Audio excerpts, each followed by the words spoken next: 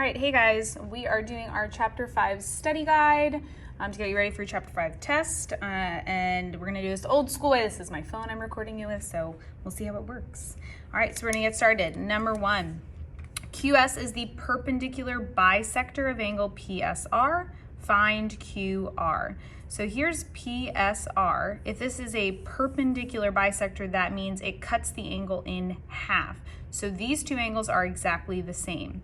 Additionally, these two angles are the same, they're both 90 degrees, and I have a shared side right here. So these are two triangles that are congruent. If they're congruent, that means all the pieces are the same. So this piece PQ is congruent to this piece QR. And if they are congruent, that means they're the same. So what I can do is I can just take my two equations and set them equal to each other.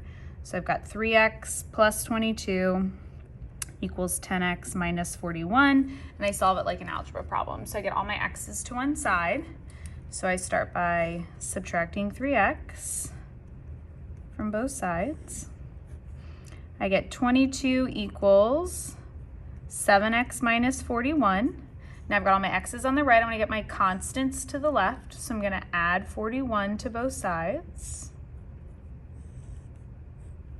So I get 63 equals 7x. And then my last step is to divide by 7 on both sides. I get that 9 is equal to x. Now that's great, but the question asks me to find QR. So here's side QR. I'm going to take the 9 and I'm going to substitute it in for the x value here.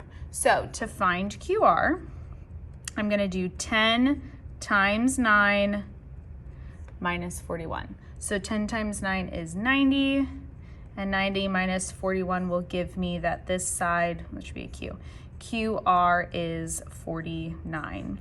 That also means that PQ is 49, but I don't ask you for that, so I'm done with the problem. So I found x first, and then I substituted in.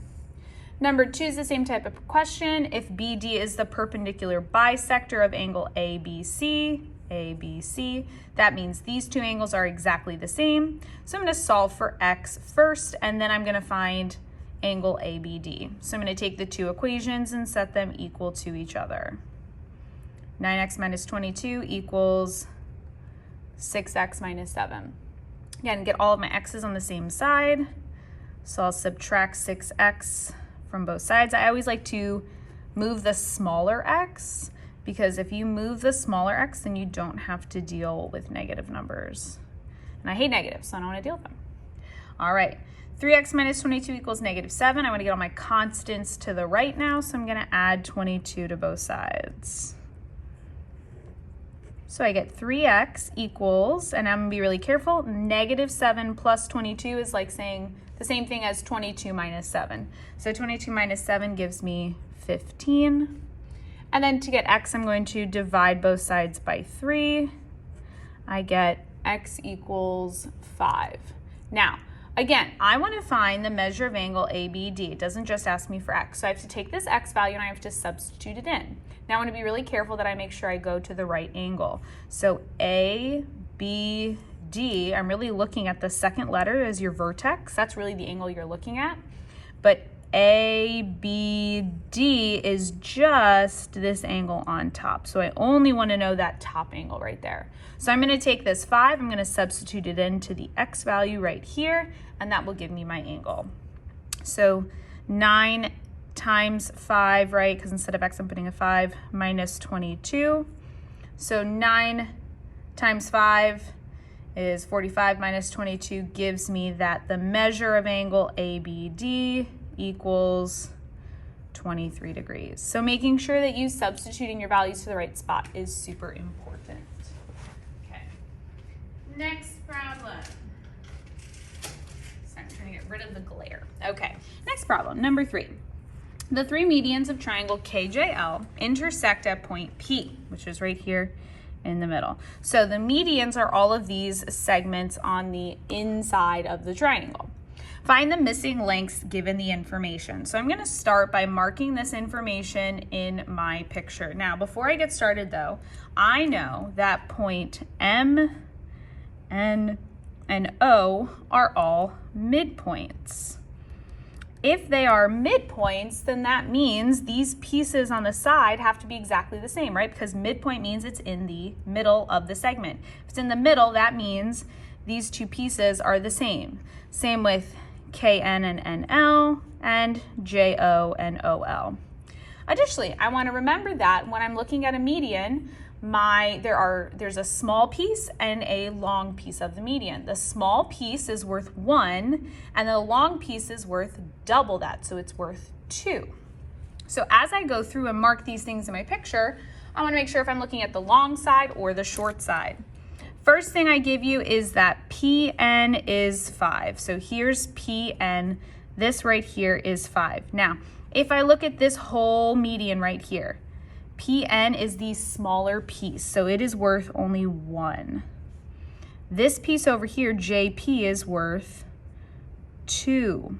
So if one of these is worth 5, then over here, if I double that, this segment right here is worth 10. I'm gonna write all my information first, and then I'm gonna come over here and do this part. Next thing that I see is LM is 33. Now, if I look at LM, my shorter piece is right here, so I'm gonna put 1 circle here. My longer piece is over here, so it's worth double. Now, I know the whole thing, LM is 33. The whole thing is 33. To get just what one piece is worth, I'm gonna take that 33 and divide by 3 because there's 3 pieces in total. When I divide that by 3, I get 11. So one piece is worth 11. And this one over here that has 2 pieces is worth 11 and 11, which gives me 22. Last one that's given to me is NL, and this time it's even easier because NL is out over here. It's this segment right here. NL is 13. That means the other segment that's the other half of that segment from the midpoint, right? The other segment is K to N. These two are congruent, so if this is 13, this piece KN is also 13. In total, from K to L, if I wanted to get this whole length right here, right, I could say, all right, if Miss Tomasa is standing here at K and she walks to N, that's 13 steps.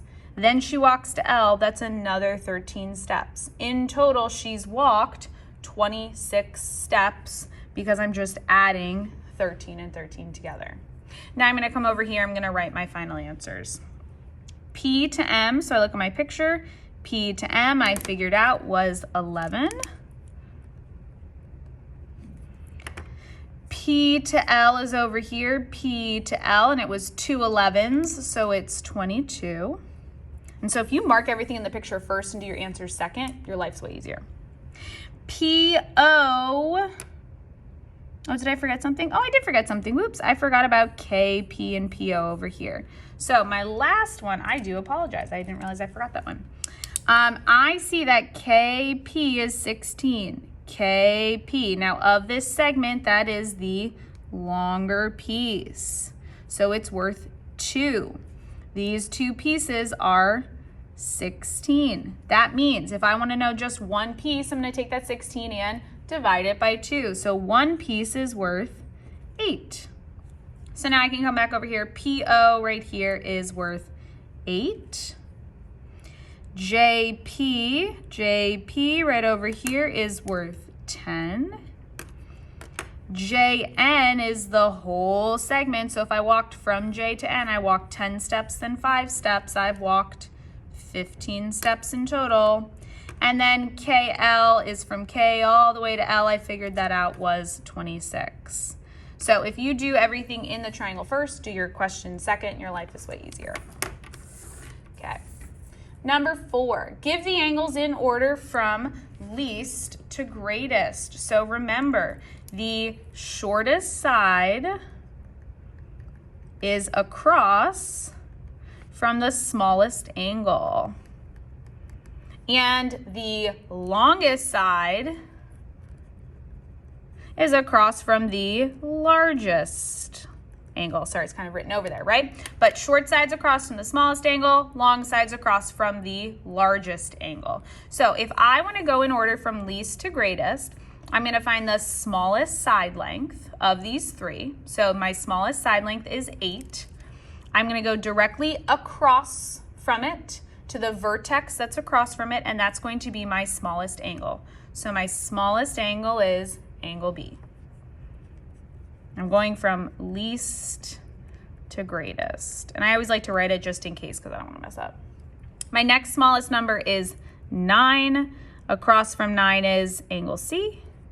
And then my biggest number is 13. Across from 13 is angle D. So from least to greatest, it's B, C, then D. Number 5 is the same sort of thing, except instead of going from sides to angles, we're going to go from angles to sides. Now, in order to do this, you have to know all 3 angles. I don't have this third angle, right? You can't do the problem unless you have all 3, because how are you going to put them in order if you don't have all your information? I know in a triangle, it's 180 degrees. I already have 57 and 64 of the 180. So to figure out what is left over, I'm going to take 57, 64, add them together, and then I'm going to subtract from 180. So I'm going to do 180 minus 57 plus 64, which is what we've been doing like all year, right? So I add 57 and 64. I get 121. Sorry that there's so much shadow. I was trying to avoid this. And when I subtract 121 from 180, I get 59 degrees. So this angle right here is 59 degrees. Okay, so I'm going from greatest to least, from biggest to smallest. So my biggest angle is 64. Across from the 64 is side KL, or LK, whichever one's fine. My next biggest angle is 59. Across from 59 is side LM or ML. And then my smallest side's across from my smallest angle, which is 57, and that is KM or MK. Either one's fine. Okay, for questions 6 through 8, we're going to compare the sides by filling in the blanks with a greater than or less than symbol. Now, in order to do these, I first need to figure out this angle X right here and this angle Y right here, just like I did for this last problem, because if I don't have those, I can't determine which one's bigger and which one's smaller. So I'm first gonna figure out this angle X right here. And so to figure that out, I'm just gonna look at this bottom triangle down here. Gosh, I hate that, I'm sorry. This bottom triangle, I already know that there's 76 and 42 that's given to me, so I'm gonna take these two numbers away from 180. So I'm gonna do 180 minus 76 plus 42. So if I add those two together, I get 118. And if I subtract 118 from 180, I get 62. So this little angle right here is 62.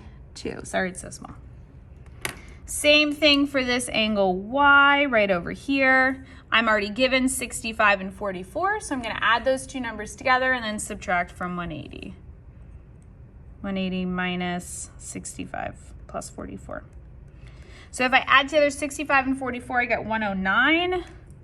And 180 minus 109 gives me 71 degrees.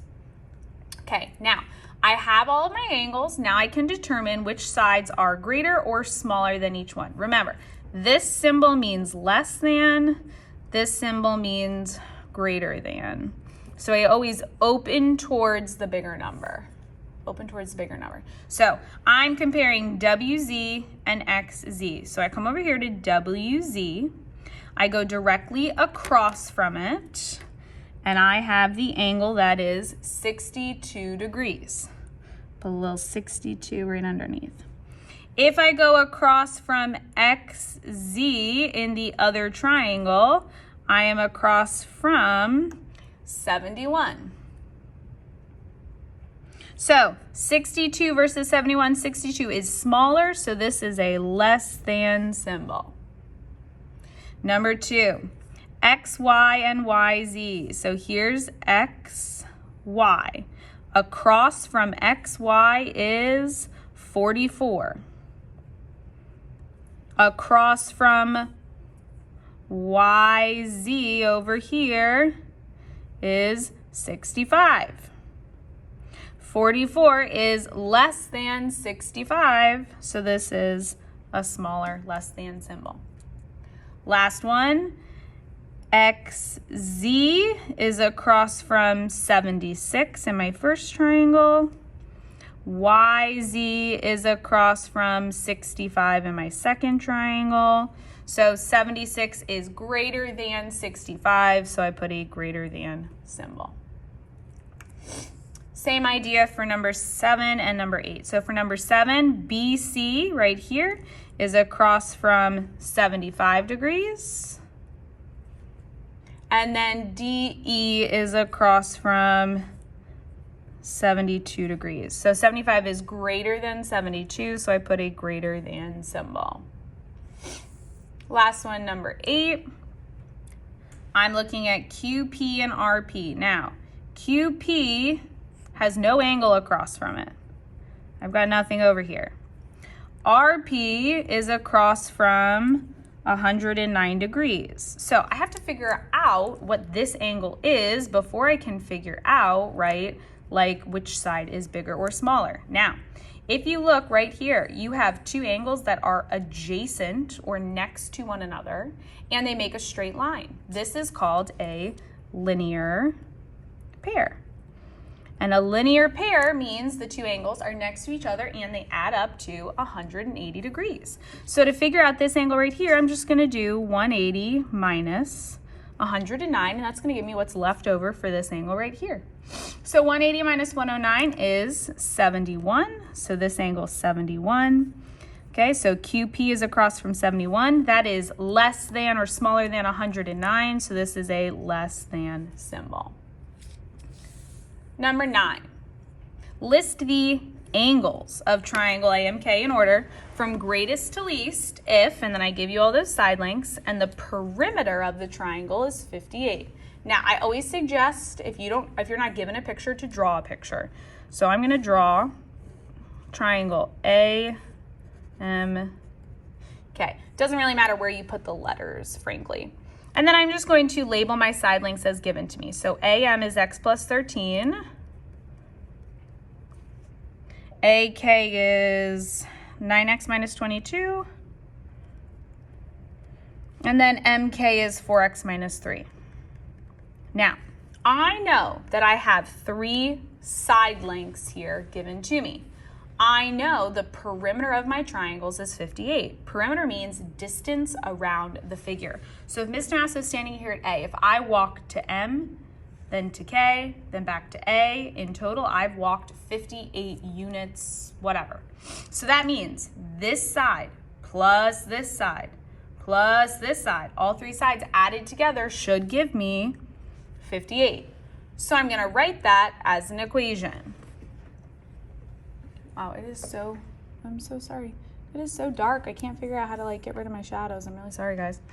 All right, x plus 13 plus 4x minus 3 plus 9x minus 22 equals 58. Okay, so it's just an algebra problem. I'm going to combine all of my like terms. So I'm going to put all of my x's together.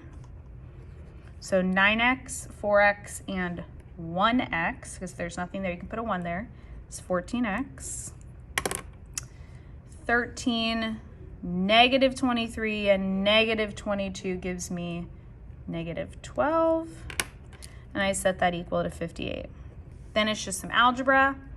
I add 12 to both sides to get my x by itself. So I get 14x equals 70. And then my final step to get the variable on its own is divide by 14, divide by 14. I get x equals 5. Now, that's great and fantastic, but that's not even what the question asked me. The question asks me to list the angles in order from greatest to least. So now, everywhere I see an x, I have to substitute in my value of x equals 5. So I need to make sure, I'm gonna try to turn this, let's see if this helps with our shadows. I need to make sure I plug it into every single x variable. So I'm gonna plug in 5 plus 13. I'm gonna plug in 4 times 5 minus 3, and 9 times 5 minus 22. So it's just a little bit of like arithmetic here. So 5 plus 13 gives me this side length AM is 18. 4 times 5 is 20 minus 3 gives me this side length is 17. 9 times 5 is 45 minus 22 gives me 23. Okay, so now I have all 3 of the side lengths given to me. I need to list the angles from greatest to least. So this is just like the problems we did up above over here. The largest side's across from the largest angle. The smallest side is across from the smallest angle. So my greatest side length is 23. The angle across from it is angle M. The next largest side is 18. The angle across from it is angle K. So if it helps, you can even put like the 23. This one was 18. The smallest angle is across from the 17, which is angle A. Make sure you read the question because this one asks you for angles. I've seen a lot of people on like past quizzes do the side lengths in order. So it's really unfortunate if you do all that work and then you get the wrong answer because you didn't read the question. All right. Number 10. Which of the following could represent the side lengths of a triangle? Circle all that apply. Remember, in order to be a triangle, the sum of the 2 smaller sides has to be greater than the third side, and it must be greater than in order to be a triangle. So I'm going to add together the 2 smaller sides and see if they're larger than the third. So 11 and 17 are the 2 small sides. That is, if I add them together, it's 28. That is greater than 19. So yes, this makes a triangle. Letter B, my 2 smaller ones are 23 and 28. If I add them together, I get 51. That is less than the third side, which is 52. So this does not make a triangle. Letter C, my 2 smaller numbers are 9 and 25. I add them together, I get 34. Now, 34 is equal to the third side. In order to be a triangle, it must be bigger. So this is not a triangle. Letter D, I've got my 2 smaller sides are 13 and 14. I add them together, I get 27. That is greater than the third side of 22. So D makes a triangle. And then 4 plus 5 gives me 9. 9 is greater than 8, so letter E also makes a triangle. Make sure it is greater than in order to be a triangle. Number 11. 2 sides of a triangle measure 8 and 13 inches, which cannot be the length of the remaining sides. Circle all that apply. So what I'm going to do is I'm going to write a range of values. I'm going to write the smallest that my triangle, the third side can be, and the largest that the third side can be. So to find the smallest side, I'm just going to take these 2 numbers. I'm going to subtract them. And when I subtract, I want to make sure I don't get a negative because you can't have a negative side length of a triangle. That doesn't make any sense. So I'm going to do 13 minus 8 to get my smaller side. That gives me 5. And then I'm going to do 13 plus 8 to give me my larger side. That's 21.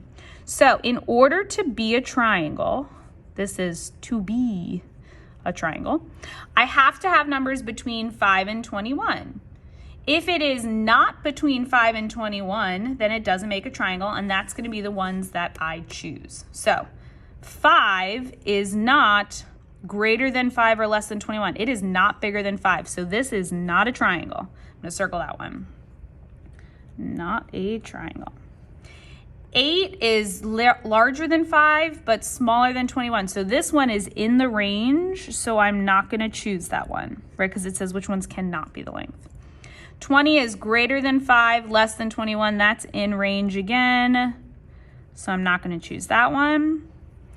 21 is greater than 5. It is not less than 21, so I'm going to choose that. 24 is greater than 5. It is not less than 21, so I pick that one. And then 13 is greater than 5. It is less than 21. That is in range, so I'm not going to pick it. Okay, making sure you're careful to read the question. Number 12, if two sides of a triangle measure 12 and 7, write a range of values for the length of the third side. So just like I did up here, I'm going to write a small and a large. So here's my 2. I'm going to subtract 12 minus 7 to get my smaller side. That gives me 5. And then I'm going to add 12 plus 7 to give me my larger side, which is 19. So my x value has to be less than 19, but greater than 5. And that's it. Number 13.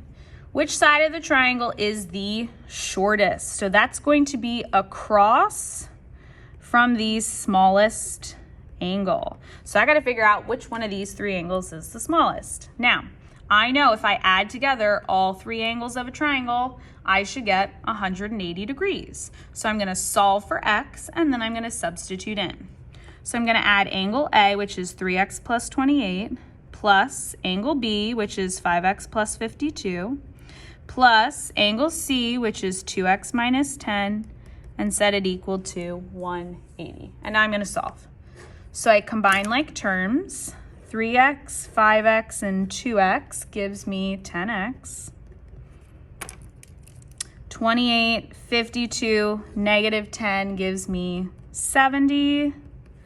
And I set that equal to 180. Now I solve by subtracting 70 from both sides. I get 10x equals 110. Divide by 10. I get x equals 11. Now, I'm going to take that 11, I'm going to plug it in to all 3 angles. So, I'm going to substitute 3 times 11 plus 28. That will give me 61 degrees.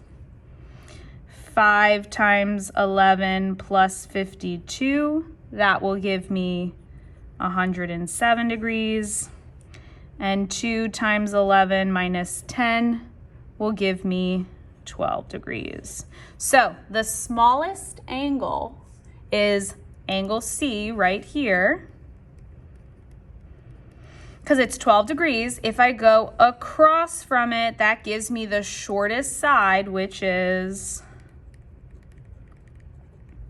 AB, or BA, either one's fine. The largest side would be across from the largest angle, which is 107, and that would be side AC. Okay. Number 14 is Hinge Theorem. It says, write an inequality to represent the possible values of x. So 2x minus 3 is given to me here. That's an angle. I have to compare it to the other angle that's given to me. If I go across from these angles, I see this side's 12, this side's 9. That means this triangle on top is the bigger triangle, and the triangle at the bottom is the small triangle. My first inequality is going to say 2x minus 3, because that's what's given to me. And because it is smaller than 31, right, this is the small triangle, I'm going to put less than 31. Then I'm going to solve it like an algebra problem. Add 3 to both sides. I get 2x is less than 34. I divide by 2. I get x is less than 17. Now, I can't have negative values for my x's because you can't have a negative angle or a negative side. So the second one that I'm going to write is 2x minus 3 is greater than 0. And it always must be greater than 0 because you can't have negative angles or sides. So I'm going to add 3 to both sides. I get 2x is greater than 3. Divide by 2 on both sides. My x has to be bigger than 1.5. So my range is that my x has to be less than 17, but greater than 1.5. And there's my range for this problem. Okay, give me 1 second, I'm running.